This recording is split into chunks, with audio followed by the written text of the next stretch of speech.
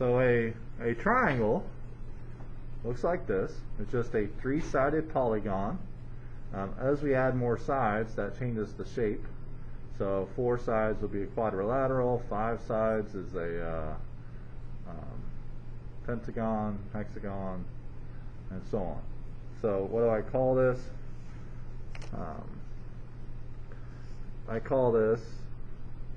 I could just call this triangle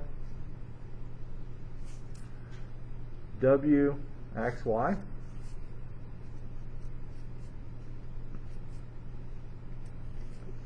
Some people spell out triangle, but technically that's fine. To name a triangle, you need 3 vertices. And so what are the vertices? The vertices are W, X, and Y. What are the sides of this triangle? We have the side WX, which is a segment, a line segment, so I use that notation. I have, and I could have called it XW, same thing. Most people do alphabetical order. And then I have XY.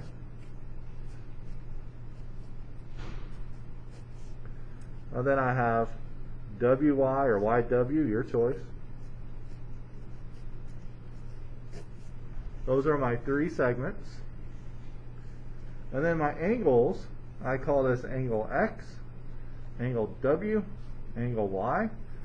I could also call it angle YXW, so depending on what you're working on, but probably the easiest way for this triangle would just be to say angle X,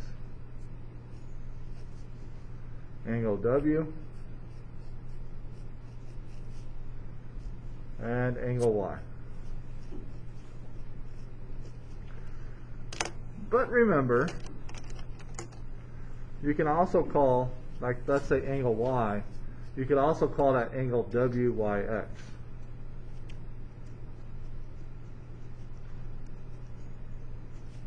Or you could call it XYW. So those 3 mean the same thing.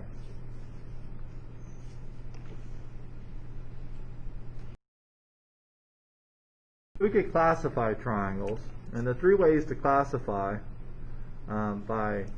we could call them acute, obtuse, or right.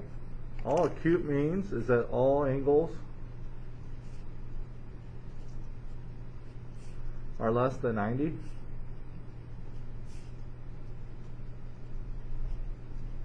So an example would be if I'm drawing a triangle, this is less than 90, that's less than 90, that's less than 90. So I call this an acute triangle. Obtuse, all you need is one angle is more than 90.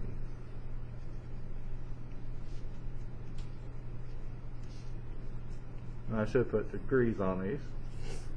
So if I want to make it bigger than 90, let's see, this is like 90, so I need to make it kind of like this.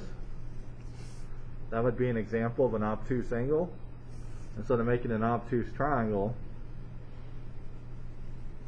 there we go. So that's an example of an obtuse triangle, because this is clearly bigger than 90 degrees. And then finally, a right triangle, and there's a whole section of math called trigonometry that is mostly based off the right triangle. And so the right triangle means exactly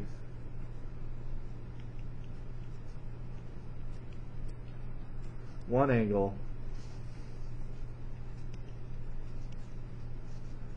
is 90 degrees. So if I'm drawing my triangle, I could say it's 90 degrees by putting the box. And what's nice about 90-degree triangles, and this doesn't look perfectly 90 degrees, it should go straight up. What's nice is you can use things like Pythagorean theorem on this, like a squared plus b squared is c squared. You could use trigonometry, like I don't know if you've learned SOHCAHTOA before, sine function, cosine function, tan function. But the one that you guys have probably used before, in a right triangle, a squared plus b squared is c squared. That does not work for the other And then equiangular, that would mean all angles are equal.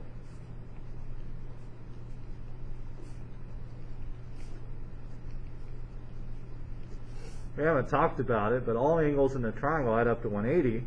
And if you have three angles that add up to the same thing, if you take 180 divided by 3, that means every angle is 60 degrees.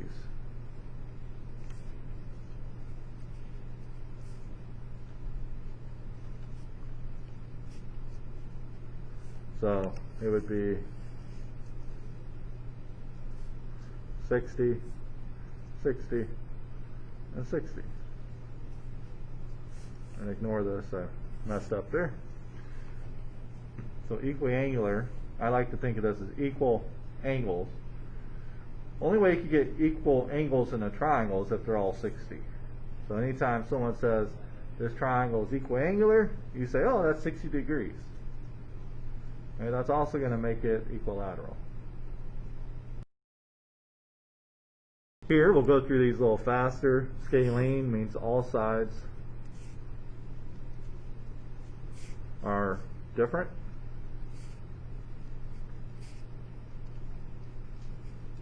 So if I'm drawing me a triangle, maybe that one's this length, this one is this length, and then this one's maybe even longer. If I wanted to make sure someone knew that those were different, I'd say this one is different than this one, is different than this one. That's a way I could say it with notation. Without pulling out a ruler, I could see that all three are different. Besides, because all sides are different length, I should put length, we call that scalene. Now, isosceles means exactly two sides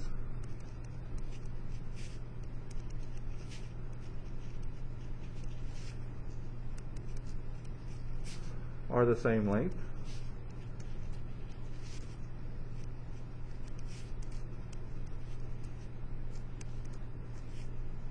And so usually with isosceles, they usually look like this, and then they draw them like that. And then to say that these are the same, we'll go like this. That means that those are the same. And then to tell the person that this one's different, I'll use this notation. Okay. Now what's kind of cool about isosceles triangles is the angle opposite the side will be equal. So this angle and this angle will be the same, always. 30-30, 40-40, 50-50. And so that's one thing that's kind of cool about isosceles. We call this the base, and we call those the base angles. We'll learn more about that later. And then finally, equilateral. That means all three sides are the same.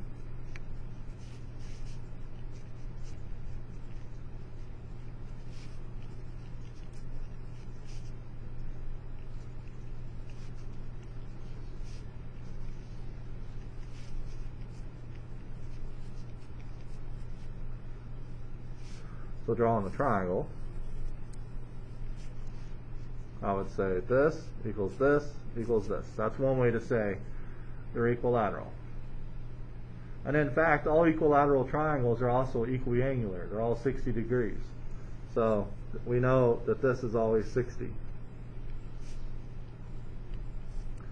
in an equilateral. So let's look at this picture, and let's identify an isosceles triangle. Well, I see many isosceles, but I could look at the whole triangle right here.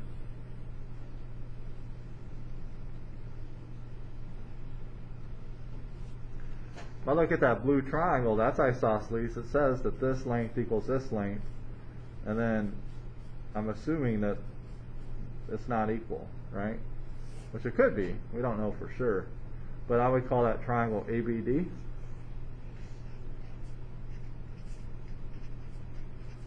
And there are other isosceles triangles there. Like I see triangle B, DE would also be an isosceles.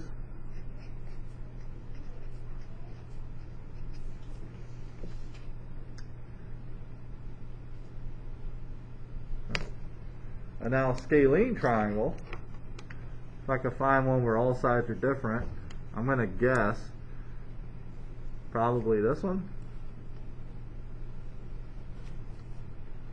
So I'd call that triangle BCE. Because that's different than this, it's different than this, I assume. We don't really know for sure. We're kind of guessing here, so I don't really like this example. So all that gets us to the new stuff. So let's say here's an example. Now we're at the algebra, or I should say high school level. We have a triangle. Triangle has 3 sides. I'm mixing in algebra with geometry. I know that's x plus 9, that's 2x, that's 3x minus 9. I can't solve this until you tell me more information. And the more information I see is that they say that this is equilateral. Since they told me that, I can now set up an equation. And the equation is that all 3 sides are equal. So it's your choice. You could pick any 2 sides and set them equal to each other. So when I see 3x minus 9, I'm like, nah, that one looks more complicated. So I'm going to do x plus 9 equals 2x.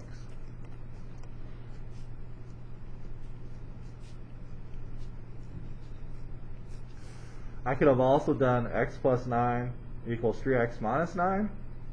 I could have done 3x minus 9 equals 2x. From there, if I subtract x from both sides, I get 9. 2 minus 1 is 1. So x equals 9. Let's see if this works. I'm going to plug in 2 times 9, 18. 9 plus 9, 18. 3 times 9, what was that, 27? 27 minus 9, 18. So they want me to find x. There we go. And then the measure of each side. So if I want to say what SR is, I'll say SR is equal to ST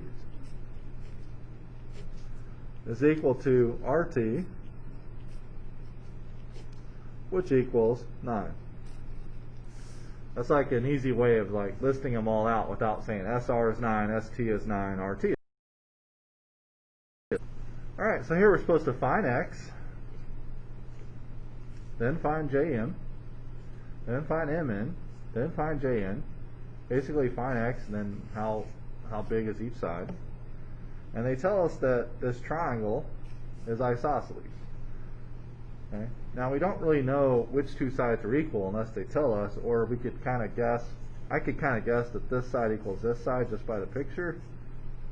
But they do say it's isosceles. And in case you didn't know, they say that Jm is congruent to Mn. So there's my equation. I'm going to say 2x minus 5 equals 3x minus 9.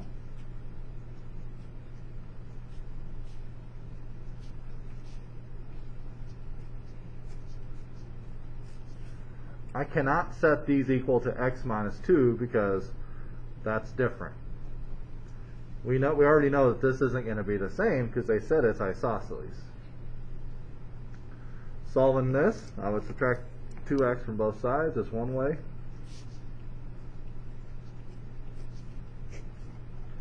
And then I can add 9 to both sides.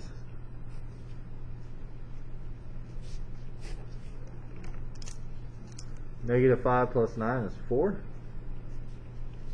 3x minus 2x is 1x. So x equals 4.